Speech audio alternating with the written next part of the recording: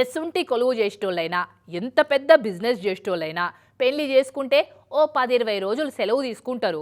కార్యక్రమాలన్నీ ఎక్కడి అక్కడ ఒడిచినాక హనీమూన్లు టూర్లు పూర్తయినాక మళ్ళా డ్యూటీ ఎక్కుతారు.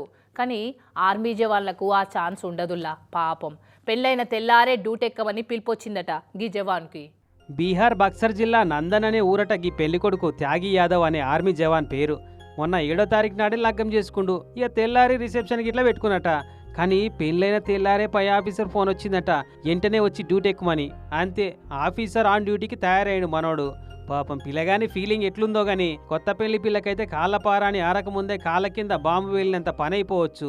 అయినా వద్దనకుండా ఉమ్మనదట పాపం. ఇక బక్సర్ సోల్జర్ స్టోరీ అట్లుంటే మహారాష్ట్ర సోల్జర్ మనోజ్ పాటిల్ది కూడా సేమ్ స్టోరీ. కాకుంటే బక్సర్ పిల్లగానికి పెళ్ళైన తెల్లారే ఫోన్ వస్తే ఈయనకు మాత్రం 3 రోజుల టైం దొరికింది. మే 5వ తారీఖు నాడు పెళ్ళైతే 8వ తారీఖు నాడు ఆర్డర్ వచ్చిందట అర్జెంటుగా వచ్చి డ్యూటీ ఎక్కుమని. ఎట్లా అని ఆలోచనలో పడితే పెళ్లి పిల్లే ధైర్యం చెప్పిందట పోయి దేశం కోసం కొట్లాడమని. పాపం పగోళ్ళకు కూడా రావద్దు గిసంటి కష్టమైతే.